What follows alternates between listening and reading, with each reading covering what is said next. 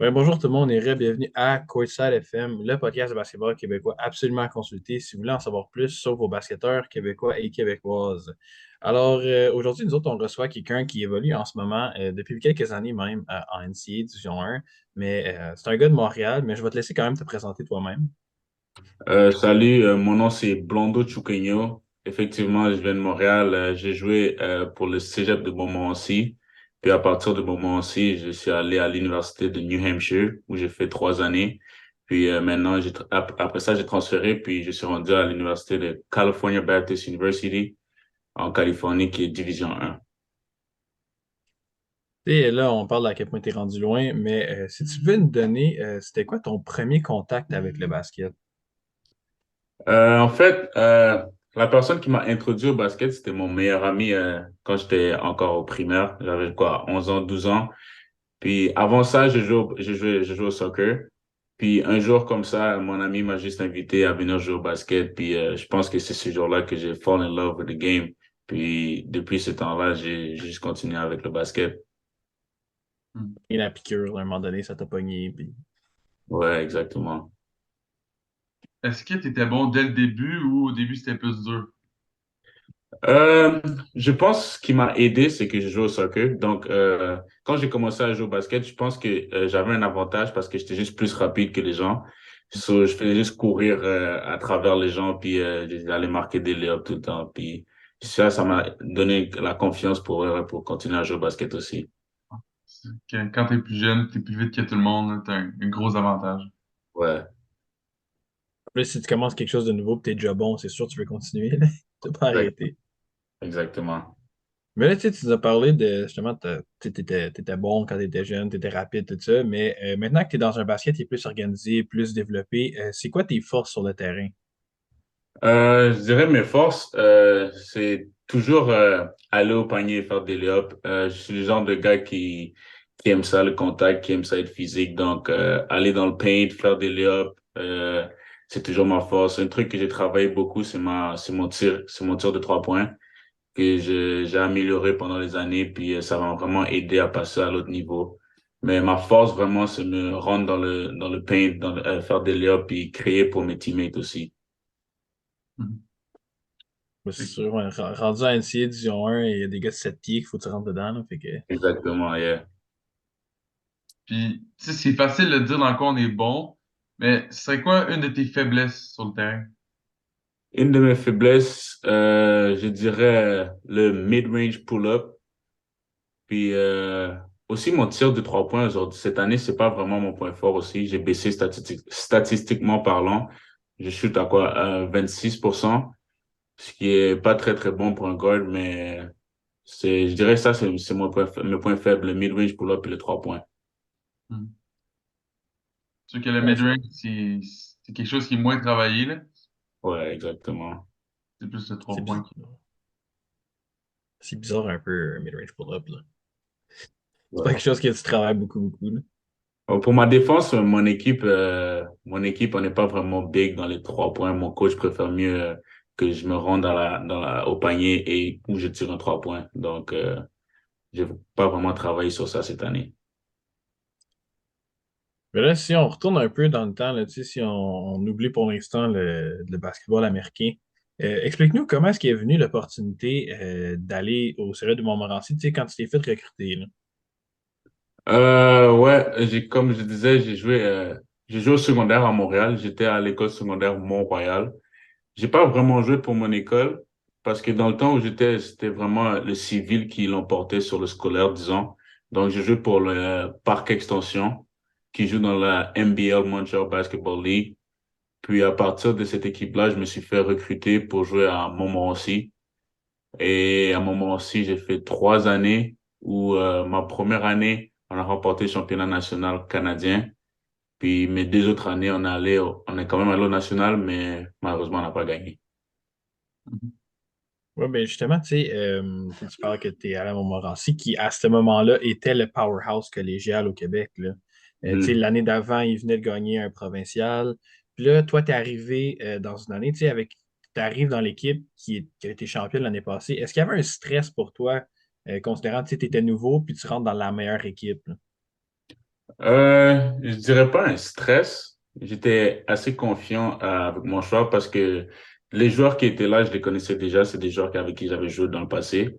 Donc, je me disais que j'allais faciliter leur tâche de se rendre encore à cet objectif puis d'atteindre le plus haut niveau possible. Mais je pense pas qu'il y avait de stress. Je pense pas que le basketball, c'est vraiment stressant en tant que tel. C'est juste que tu dois jouer, puis tu donnes tout ton possible, puis si tu arrives chaud, tu arrives chaud. Si tu arrives, tu arrives. Mm. Ça Puis, se résume bien, ça. ouais, ça résume Ouais. bien. Mais justement, tu sais, vous avez, dans ta première année, vous avez une saison incroyable là, avec seulement une défaite. Puis vous avez gagné justement encore le championnat. Mais tu sais, tu l'as mentionné, tu allé au national, mais avant ça, il faut que tu gagnes le provincial. Ouais. Euh, c'est quoi le feeling que tu as eu quand tu as gagné, tu sais, qui était t'étais ton premier championnat scolaire, techniquement, vu que tu n'as pas joué scolaire au secondaire, là? Mhm. Je dirais que c'était un feeling, c'était un nice feeling. Parce que c'est quelque chose que je m'attendais à gagner, mais c'est jamais la même chose quand tu arrives dans le moment présent. Donc, le moment était vraiment nice, mais ça a vite tourné parce qu'il y en avait un autre objectif, qui était de gagner le championnat national. Mais le moment était vraiment nice. Puis au national, tu sais, moi, je suis pas vraiment familier avec ça. Euh, le Québec, c'est la seule province avec des cégeps. Fait que dans le fond, vous jouez contre des high school. On joue en fait contre des universités, mais dans les autres provinces, ça serait considéré comme des écoles adultes. Ok. Mais c'est vraiment des universités, on a joué contre des gars qui avaient des fils dans les stands aussi. Donc ça, c'était un peu bizarre, mais c'était vraiment des grown-ass men qu'on jouait contre aux nationaux. Fait que Nous autres, une gang de gars de 17-18, là, ça, ça fait une grosse différence. Ouais, Ben, tu sais, comme tu l'as mentionné, ça ne vous a pas empêché de le gagner. ouais. Puis tu sais, ça, c'était vraiment l'objectif ultime, là. Tu sais, comme vous ne pouvez pas gagner plus que ça, là. C'est vraiment le top top. Est-ce que ça t'a donné le même feeling quand vous avez gagné le provincial ou ça, c'était vraiment un autre level, là? Je dirais que le national, c'était un des meilleurs feelings que j'ai eu dans ma vie. Une petite anecdote, c'est que quand on est arrivé au national, puis la première fois que j'ai vu les autres équipes jouer, j'étais comme, wow, je sais pas si je vais pouvoir jouer avec eux. C'est comme un autre niveau que je savais pas si je pouvais jouer avec eux. Puis, le fait d'avoir gagné ça, j'étais comme, wow, OK, like, I can really do something with basketball. So, ça m'a vraiment boosté, puis m'a donné de la confiance pour continuer avec le basket. Ouais, c'est un petit peu comme tu sais, comme, c'était un peu comme eu de la confiance, là, tu sais, faire comme, ok, comme, je fais partie de la meilleure équipe, tu sais, au Ouais. Canada. Tu sais, surtout que tu avais quand même un rôle important dans cette équipe-là, là, tu sais, t'étais pas juste un joueur de banc, là, fait que Mhm. ça te sécure un peu comme étant, tu sais, ça solidifie comme étant un bon joueur. Exactement, yeah. Puis, quand vous êtes arrivé aux nationaux, est-ce que votre mentalité c'était on s'en va là pour gagner à tout prix ou c'est plus comme on s'en va là simplement pour participer? Je pense que notre mentalité était, je pense que c'était mieux on était allé là-bas pour vraiment gagner. Parce que l'année d'avant, ils étaient allés, puis je pense qu'ils avaient fini cinquième ou sixième. Mais juste le fait d'y être allé, d'avoir eu de l'expérience et de revenir l'année prochaine, je pense que ça nous avait donné l'ultime confiance que genre, on peut y aller, puis on peut battre n'importe qui qu'on va jouer contre. Donc notre premier objectif, c'était vraiment de gagner tout. Hmm. Ben, c'est quand tu y vas une année puis que tu réussis pas à le gagner l'année d'après, si tu y retournes, ton but c'est de gagner, là. C'est pas juste de faire la Exactement. même chose que l'année passée. Yeah. Puis là, justement, pendant une des fois que tu es allé au national, je ne sais pas c'est laquelle exactement, là, mais tu as été nommé sur le All-Star Team au national. Comment est-ce que ça l'a filé de te faire dire, genre, hey, comme, t'es un des meilleurs joueurs au Canada? C'était vraiment nice. Je pense que c'est ma première année. Ma première année, j'ai été nommé sur la deuxième équipe étoile. Puis ma troisième ou ma deuxième année, j'ai été sur la première équipe étoile. Mais, euh, mais c'est vraiment un feeling que wow, genre, t'es comme un des meilleurs joueurs au Canada. Ce genre, c'est comme je l'ai dit un peu plus tôt, c'est un confidence boost. Ce genre, like, t'as été nommé un des meilleurs joueurs au Canada, donc genre, t'es vraiment bon à ce que tu fais, genre, continue, puis c'est juste, ça peut juste aller de l'avant. Ben, c'est un bon moyen de te faire. Tu sais, c'est comme toi, c'est sûr que tu peux le voir que tu es bon, etc. Il y a des stats qui parlent, mais le fait que comme l'organisation de ce tournoi-là, qui est comme pour définir la meilleure équipe au Canada, dit hey, lui, il est pas pire. Là. Tu sais, je pense que c'est un des meilleurs joueurs qu'on a eu dans le tournoi. Ça fait du bien de savoir ça, là, que tu sais, ton travail il apporte fruit à un moment donné. Ouais, toujours. Puis juste d'avoir des awards comme ça, c'est toujours nice. Puis ça m'aide à juste être encore plus focus et à continuer à travailler fort pour aller rechercher les top des top awards. Mhm. Puis, tu sais, tu l'as dit, après ton cégep, tu es allé jouer aux États-Unis. Est-ce Mhm. que quand ben, t'es nommé sur l'équipe d'étoiles, c'est là que tu t'es dit, OK, j'ai peut-être un shot d'aller jouer à l'extérieur du Canada? Ça a toujours été un but pour moi d'aller jouer universitaire aux États-Unis. Après que j'ai fini mon secondaire, j'avais l'opportunité d'aller jouer dans un high school aux États-Unis, mais finalement, ça n'avait pas fonctionné à cause que mes parents ne voulaient pas que j'y aille. Mais ça a toujours été mon but d'aller jouer Division 1 aux États-Unis. Dès que je suis arrivé à Montmorency, j'ai dit, moi et Marco, qui est le coach à Montmorency, on avait déjà un plan. Puis mon plan, c'était vraiment que j'arrive à Montmorency, puis qu'après mes 3 années, je puisse aller jouer Division 1. Donc, ouais, ça a toujours été dans mes plans d'aller Division 1. Là, justement, en ayant aux États-Unis, tu as choisi d'aller à la New Hampshire University, comme tu as mentionné tantôt. Pourquoi est-ce que tu as choisi d'aller à cette université-là? Euh, Premièrement, à ma 3e année, je me faisais pas recruter tant que ça. C'est vraiment vers la fin de l'année que j'ai commencé à me faire recruter. Mais la raison pourquoi j'ai choisi l'université de New Hampshire, c'est parce que, premièrement, j'allais visiter l'université, puis c'était vraiment nice. J'ai vraiment aimé. Puis, c'est juste le fait que tout le coaching staff de l'université de New Hampshire est venu me voir pratiquer à Montmorency. Donc ça m'a vraiment montré que, OK, ils sont vraiment intéressés, puis peut-être ils veulent vraiment que j'aille jouer pour eux. Puis ça a été un choix vraiment facile parce que c'est eux qui se démarquaient le plus dans mon recrutement. Mhm. Puis c'était quoi un peu tu sais, t'as dit qu'il y avait d'autres options. C'était quoi les. Est-ce que tu peux nommer les options ou tu veux pas? Ah ouais, je peux nommer. Il y avait New Hampshire, il y avait l'université de Maine qui me recrutait un peu, l'université de Albany, puis une autre université dans le Maryland. J'ai oublié le nom. Hmm. Mais tu avais quand même beaucoup de choix, là. C'était pas si pire. Ouais, c'était pas super. Deux, trois choix. Deux, trois. Ouais. Mais là, tu sais, c'est sûr que tu vas aller avec ton gut feeling. Là. Tu sais, quand tu as l'opportunité d'avoir tout le staff qui vient te voir, Ouais. ça te fait chaud au cœur de savoir que, tu sais, ils tiennent vraiment à toi. Puis, tu sais, surtout, c'est pas juste d'une université à Trois-Rivières qui vient te voir pratiquer à Montréal. Là. Tu sais, les autres, c'est loin. Mm. Là. Ouais, ouais, exactement. Puis là, moi, ce que j'ai cru comprendre de ce que j'ai regardé, à ta première saison là-bas, tu as eu une blessure au mois de novembre qui a terminé ta saison abruptement. Là. Ouais. Est-ce que ça t'a démoralisé un peu, là, tu sais, en sachant que tu avais, comme quasiment complété ton rêve, puis là, il y a ça qui arrive? Euh, ouais, ça m'a vraiment affecté. Ma première saison, c'était quoi? 5 matchs. Après laquelle la saison a commencé, je me suis déchiré mon tendon rotulien.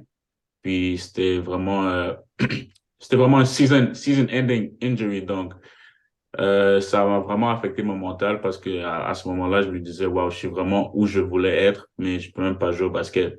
Donc, c'était vraiment dur. Puis, un des trucs qui a passé, genre, en dessous du radar, c'est que cette saison-là, c'est là que le COVID est arrivé. Donc, puisque j'étais blessé toute l'année, j'ai dû retourner à Montréal puis faire mon rehab by myself, tout seul. Donc, c'était un peu plus dur de ne pas avoir de genre docteur, de trainer qui m'aide, qui me dit quoi faire. Ça a été vraiment tough, yeah. C'est sûr que tu sais, la COVID, ça a impacté beaucoup de monde, là, surtout toi qui as eu une grosse blessure. Ouais, exactement. Puis comment Ouais, t'es ouais. passé à travers ça? Tu sais, ça n'a pas dû être facile au niveau de la motivation. Ouais, c'était vraiment dur. Euh, C'était vraiment dur, mais mon but ultime, c'était vraiment que si, je me disais, si j'arrive à passer à travers ça, vraiment, je peux passer à travers n'importe quoi dans ma vie. Puis, grâce à ça, ça m'a vraiment aidé, genre, mon mental. Je me dis maintenant que, genre, tous les problèmes qui arrivent de mon côté, je les vois comme des challenges, basically. Ce genre, si j'ai été capable de traverser ça et de face up ce challenge, je peux face up n'importe quoi qui arrive dans ma vie. Ouais, c'est une bonne façon de se motiver parce que c'est quand même une étape difficile. Mais tu Ouais, sais, t'étais un peu, ben, je dis un peu chanceux, mais tu sais, au moins tu as pu retourner chez toi, là. Ça aurait pu être un peu difficile d'avoir une blessure, pas pouvoir jouer, puis le COVID, puis t'es pogné à des heures et des heures de Montréal, là. exactement. Puis là, tu sais, heureusement, t'es passé au travers, tu as continué ta carrière de basket. Puis, Mhm. mais avant ça, là, tu sais, là, t'es retourné justement à l'université au New Hampshire. C'est quoi, tu sais, c'est quoi le plus gros défi pour toi de vivre loin de chez toi? Le plus gros défi, ce serait vraiment de vivre loin de ma famille. C'était la première fois que j'ai quitté la maison depuis que je suis né, vraiment. So, être indépendant, vivre by myself et genre, pas avoir mes parents juste à côté de moi pour me dire quoi faire, c'était vraiment le plus gros challenge. Puis moi, je suis vraiment proche avec mes sœurs et mes frères, donc c'était vraiment dur, genre, manquer leur anniversaire, manquer Noël, manquer le jour de l'an, puis tout ça. Pour le reste, ça, c'était vraiment le plus gros challenge. En plus, t'as manqué de sirop d'érable, Ouais, manqué de poutine, tu exactement. sais, c'est difficile. Ouais. Puis, tu sais, tu as continué quand même à jouer au basket. Tu as eu une super belle troisième saison. Où est-ce que tu as starté tous les matchs? Puis, explique-nous un peu, c'était quoi la plus grosse différence entre toi à ta première année quand tu venais d'arriver? Tu as quand même joué 5 matchs. Puis ta troisième année, là, la plus grosse différence entre dans ces 3 ans-là. Je dirais la plus grosse différence, c'est que c'est vraiment l'expérience. Le fait d'être à ma troisième année, je sais un peu comment les trucs fonctionnent. Puis c'est aussi le fait que le coach, je pense qu'il avait beaucoup de confiance en moi. Dans ce genre, il me laissait faire ce que je fais de mieux, genre prendre le pick and roll, aller au panier, puis tout ça. C'est juste le fait que je sache que le coach a confiance en ce que je fais, ça me donne aussi de la confiance. Donc, je dirais c'est l'expérience puis la confiance d'être sur le terrain vraiment. Mhm. Parce Ça, que c'est quand, quand même ouais, quelque mais chose quand tu as la d'important. confiance quand tu la confiance de ton coach, c'est sûr que tu joues mieux parce que tu n'as pas nécessairement la pression de si je manque mon layup, est-ce que je vais aller sur le banc ou peu importe. Non, exactement. Mhm. Puis là, justement, après ta troisième année, tu l'as expliqué au début, mais on va en parler quand même. Tu as décidé de faire le transfert au California Baptist University. Pourquoi est-ce que tu as décidé de faire ce transfert-là? En fait, après ma troisième année, beaucoup de joueurs de mon équipe à New Hampshire ont décidé aussi de transférer. Donc, euh, de mon équipe de New Hampshire, cette année-là, il restait juste 3 joueurs qui retournaient à New Hampshire. Donc, je me suis dit que peut-être qu'il était temps pour moi de genre trouver quelque chose de nouveau, tourner la page puis commencer un nouveau chapitre. Puis c'est ça que j'ai fait. J'ai mis mon nom dans ce qu'ils appellent ici le transfer portal. Puis à partir de là, je me suis fait recruter par plusieurs universités, mais mon choix s'est arrêté à California Baptist University. Mhm. Puis, est-ce que le fait que c'était en Californie, ça a impacté ton choix ou pas du tout? Je dirais pas que je pense pas que ça a impacté mon choix. Je pensais juste à choisir une équipe où j'allais fit, où le coaching staff allait avoir confiance en moi, puis où j'allais plus pouvoir grandir en tant que joueur et en tant que personne, vraiment. Mhm. Fait que Puis là, la si, température, tout ça, ça t'a pas. Ben, c'est sûr que c'est un plus. Un plus, hein. C'est toujours nice de pouvoir être ici en sachant qu'à Montréal, il y a la neige partout. Puis, il y a les palmiers ici, puis c'est vraiment nice. Mhm. fait que là, on peut assumer que tu aimes ça, toi, la vie californienne un peu, là. Ouais. Je préfère mieux ça que le froid de Montréal. Je te comprends. Puis, tu sais, parlons un peu, là, si on parle de toi juste en général, là, tu sais, tu as mentionné que tu as un championnat national, là, tu évolué en NCAA, Division 1, etc. C'est qui le meilleur joueur que toi, tu as affronté, là? Tu sais, que tu as eu la chance de côtoyer le terrain, mais en tant qu'adversaire. Ouf. Euh, Ouf, il y a vraiment beaucoup de joueurs que j'ai joué contre. Mais tu peux en nommer plusieurs, là, juste pour nous starstruck, nous autres, là, les gens au Québec. Euh, Damn. Il y a qui vraiment?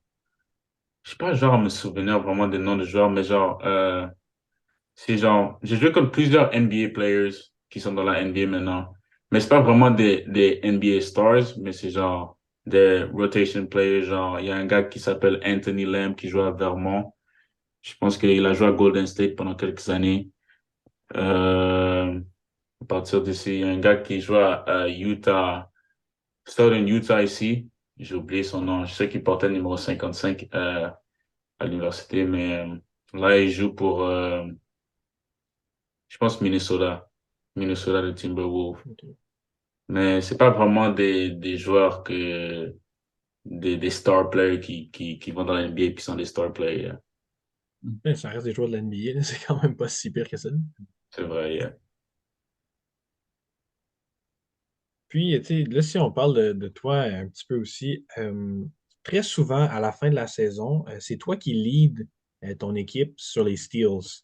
À Mhm. quel point est-ce que c'est important pour toi la défensive? Euh, je pense que la défense, c'est quelque chose que, genre, les joueurs de Montréal, on a du pride à faire, genre. Par exemple, tous les joueurs de Montréal que je connais qui se rendent loin dans le basket, ils prennent, genre, la défense et ils utilisent ça contre, euh, comment on dit ça? Ils utilisent ça, damn.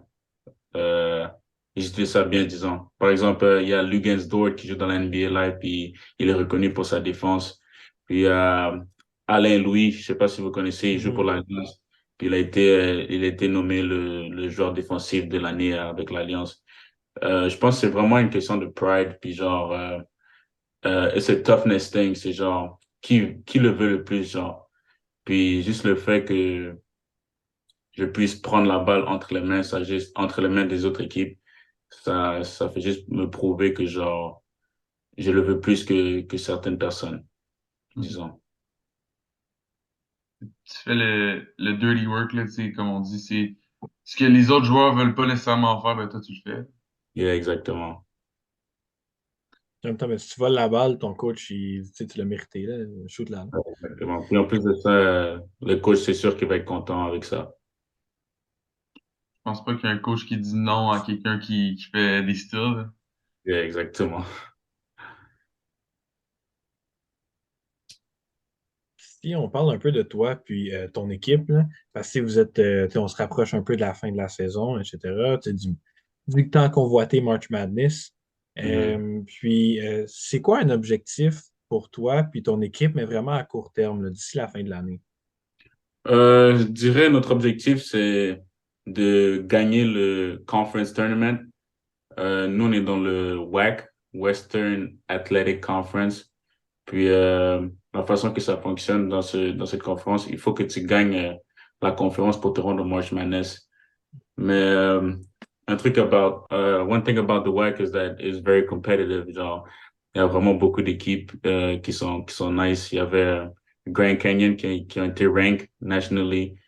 Puis pendant beaucoup de temps, ils ont eu le meilleur record in the country. Je pense qu'ils étaient 24-2 défaites cette année. Puis c'est vraiment des bonnes équipes. Mais un truc avec nous, c'est qu'on a un joueur, un key player qui a été blessé. Il a torn son meniscus. Donc, on est en train de struggle un peu ces derniers matchs. On a perdu quelques matchs qu'on devrait gagner. Mais je pense qu'éventuellement, si on continue à travailler fort, on peut atteindre cet objectif de gagner le WAC puis aller au March Madness. Mhm. Parce que toi, t'es jamais allé au March Madness, dans le fond. Non, je suis jamais allé. Puis là, il te reste 2 ans. Il me reste cette année puis une autre année. Ouais. Je sais pas si je sais pas encore si je vais utiliser mon autre année d'éligibilité. Fait que dans le fond, tu pourrais te déclarer pour la draft NBA dans le fond cette année. Ouais, exactement. Puis si tu te déclarais cette année, est-ce qu'il y a une équipe en particulier que tu aimerais te faire draft par? Ça serait toujours nice de jouer pour Toronto, une équipe du Canada. Mhm. Mais pour vrai, rendu aussi, ça serait juste un blessing de se faire draft par n'importe quelle équipe, vraiment. Mhm. Je détesterais pas rester en Californie quand même. Non, non, non, ça serait vraiment nice aussi. Pas aller voir l'hiver à Toronto, là. C'est cool de jouer pour les Raptors, mais il fait frais. Et, Puis, si jamais, tu sais, c'est sûr qu'on ne le souhaite pas à personne, mais si jamais, tu sais, la NBA, ça ne fonctionne pas pour toi, puis tu avais à te retourner pour jouer professionnel, si tu avais à choisir un seul pays dans lequel tu pourrais jouer, là, ça serait lequel? Puis peut-être pas juste pour le niveau de basket, mais pour, tu sais, la bouffe, la culture, la langue qu'ils parlent, etc. je dirais, euh, ouais, j'en ai plusieurs. Est-ce que je peux en nommer plusieurs? Ouais, vas-y, vas-y. J'aurais dit l'Espagne, juste pour genre la culture, la nourriture, puis pour voyager un peu. J'aurais dit aussi le Portugal pour les mêmes raisons. La France, je suis jamais allé en France. Pour le reste, ça serait mon top 3. Le Portugal, l'Espagne, puis la France, juste pour la culture, pour découvrir de nouvelles choses, vraiment, puis pour voyager. Ben, ça tombe Des bien, il y a gros- du beau basket là-bas, fait que... Ouais, c'est ça. Non. Ouais. Puis tu nous as parlé de nourriture. Tu sais, t'as plus vécu au Canada qu'aux États-Unis, mais qu'est-ce que tu préfères entre la nourriture, ben, on va dire québécoise et la nourriture américaine?